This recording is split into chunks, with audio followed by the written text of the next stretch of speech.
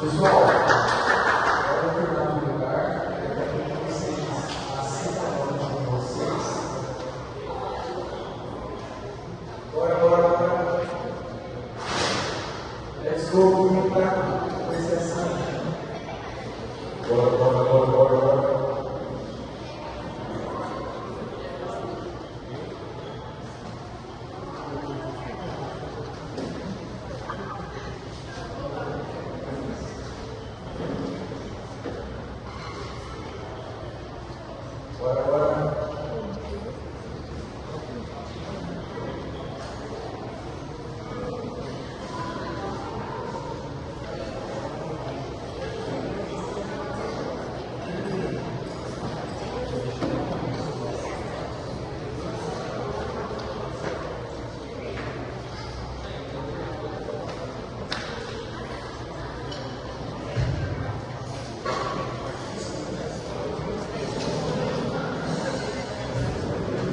Pessoal,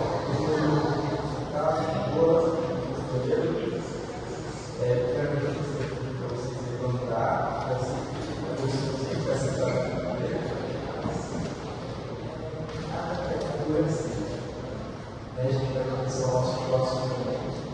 E eu gostaria de chamar aqui na frente o Moretti, que é conduzindo esse momento. Eu gostaria que para vocês pudessem estender as mãos sobre ele e pedir pela presença do Espírito Santo que está aqui hoje, vocês possam pedir para que o Espírito Santo possa entrar em cada palavra, para que ele possa ser usado transbordar as características de Deus. Vocês possam ter a representação da nossa mãe, Maria, para que ela possa perceber o Espírito Santo Sagrado, para que novamente a vontade de Deus seja feita sobre ele e assim sobre a gente. Ave Maria, cheia de graça, o Senhor é convosco, bendita sois vós entre as mulheres, bendito é o fruto do vosso ventre, Jesus.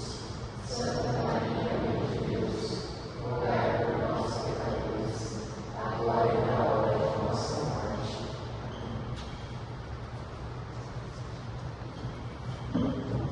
Pode sentar, gente. Boa tarde. Vocês são ótimos na recreação. Boa tarde, gente. Agora sim, nós estamos reunidos. Essa pregação será feita em nome do Pai, do Filho e do Espírito Santo. Amém. No dia de hoje, vim falar um pouco sobre a vontade de Deus e como o nosso coração se une a essa vontade. Mas antes da gente iniciar a nossa pregação, antes da gente iniciar esse momento, eu gostaria de fazer uma reflexão. É uma alegria muito grande estar aqui no dia de hoje, nesse reencontro. Vocês ficaram praticamente 2 meses? Eu conheço Jesus faz 3 anos. E em todas as férias que eu vivi caminhando com Cristo, pelo menos um pouco eu me afastei, pelo menos um pouco eu me esfriei. E eu não sei se essa realidade se encaixa na vida de vocês, porque para mim, nas minhas férias, mesmo buscando o Senhor, muitas vezes o meu desejo de ser santo, o meu desejo de seguir a vontade de Deus se esfria. Então, antes da gente começar essa pregação, eu vou rezar muito o Espírito Santo, para a gente ouvir o que Deus quer nos falar hoje, para a gente ouvir qual é a vontade de Deus para as nossas vidas. Vinde, Espírito Santo, enchei os corações dos vossos fiéis e acendei neles o fogo do vosso amor. Enviai o vosso Espírito, e tudo será criado, e renovareis a face da terra. Oremos, ó Deus que subiste o coração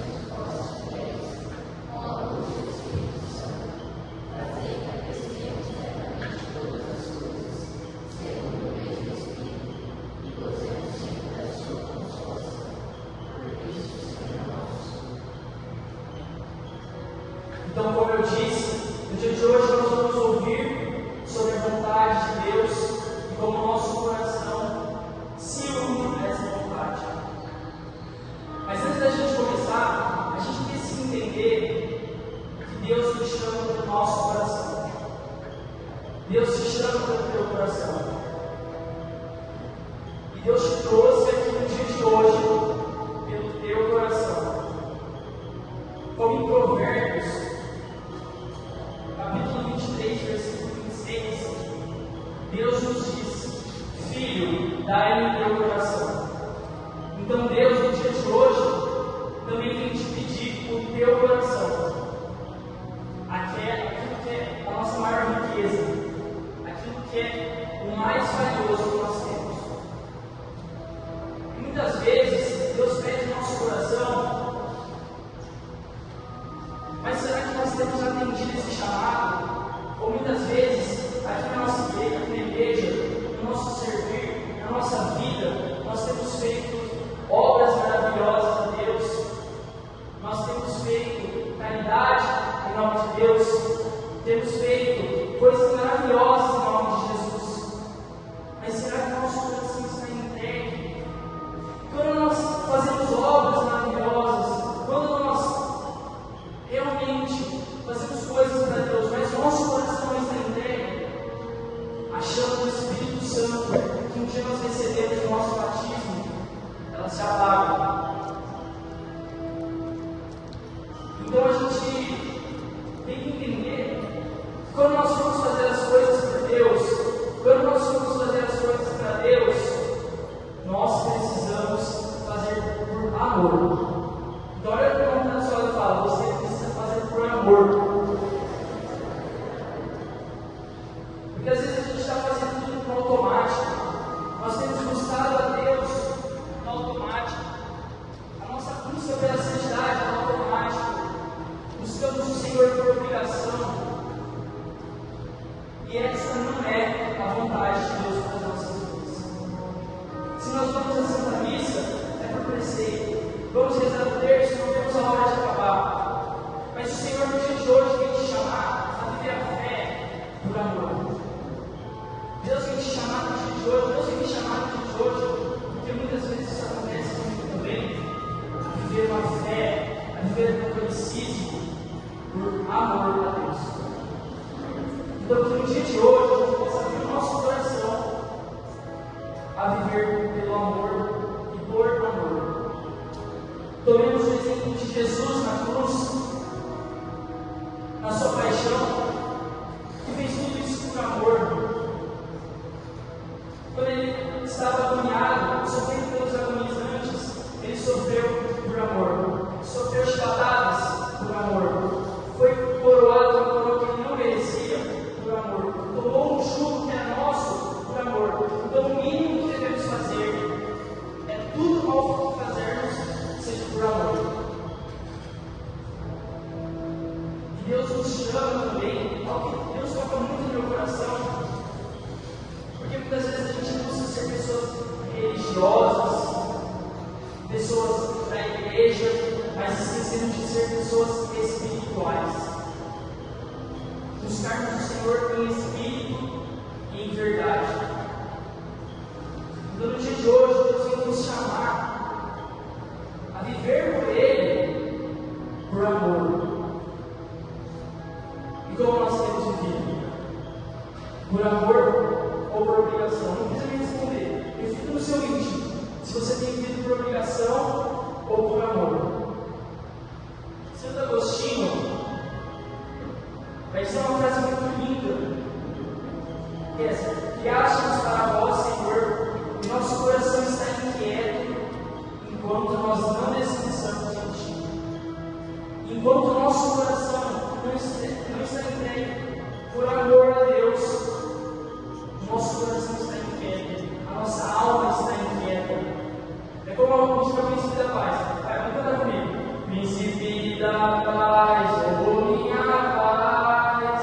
Vai todo mundo. E não me dá paz enquanto eu não descanso nele. Às vezes você já ouviu essa música e você não entendeu o significado dela. Se Jesus é aquele que nos dá paz, se Jesus é o príncipe da paz, por que Ele tira a nossa paz? E com essa frase de Santo Agostinho a gente vai entender que a gente só vai ter paz quando o nosso coração está descansando em Deus. vivendo conforme a vontade de Deus. Essa vontade de Deus, que não é uma prisão. Essa vontade de Deus, que a gente tanto ouve falar, que muitas vezes a gente tem uma visão negativa sobre a vontade do Senhor, mas é algo que nos dá liberdade. A vontade de Deus é um caminho que nos dá sentido. E quando a gente entende isso, nós temos verdadeiramente o Senhor de Jesus. Porque nós entendemos que a vontade de Deus não é a vontade de um pai autoritário, que quer tirar da nossa felicidade, que quer mandar em nós, mas a vontade de Deus é um caminho que nos dá sentido, é algo que nos dá liberdade, é algo que nos preenche por completo, como um pai bondoso, como um pai que sabe de todas as coisas, que é Senhor das nossas vidas, que é Senhor de todas as coisas, como um pai bom que é nosso melhor, porque nós mesmos, nós não sabemos o que é melhor para nós, porque nós somos miseráveis, nós somos pecadores, só Deus sabe o que é bom e o que é melhor para nós. Então, basta nos submetermos a essa vontade. Eu vou partilhar a palavra que está em Romanos 12, quem trouxe a Bíblia pode abrir. A palavra que está em Romanos 12, versículo 2.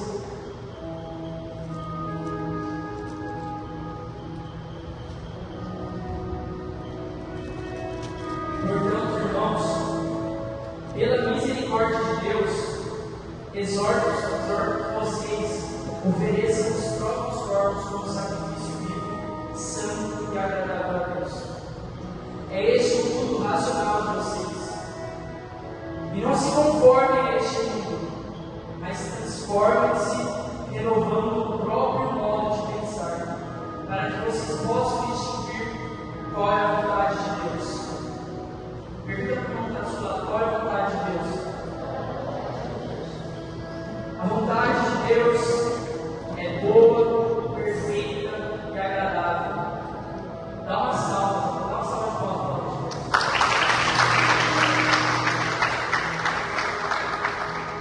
Amados, a vontade de Deus é boa, perfeita e agradável. Às vezes a gente tem medo de seguir a vontade de Deus e perder a felicidade. Temos medo de submeter à vontade de Deus e vivermos uma vida infeliz. Mas a gente só vai ser realmente feliz quando o nosso coração estiver unido com a vontade de Deus. O nosso coração só vai estar preenchido de alegria e paz quando o nosso coração estiver unido à vontade do Senhor. Mas Felipe, você falou que a vontade de Deus é boa, perfeita e agradável. Mas qual é a vontade de Deus para a minha vida, para a minha realidade? E a palavra também vai nos falar qual é a vontade de Deus para a sua vida, para a minha vida, para a vida de todo mundo aqui. Que está lá em 1 Tessalonicenses, capítulo 4, versículo 3. Esta é, vamos repetir, vai, esta é, pois a vontade de Deus, a vossa santificação, e que você evite a impureza.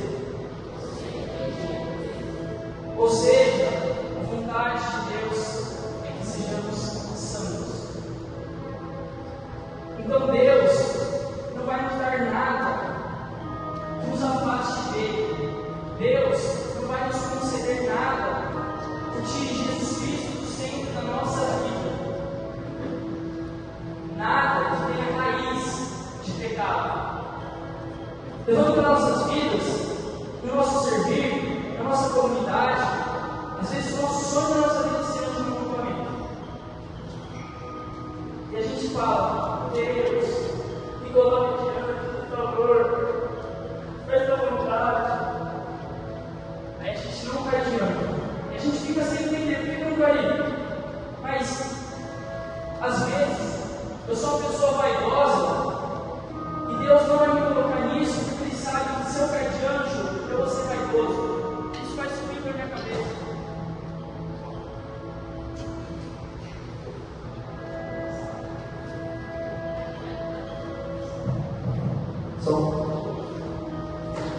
Deus sabe.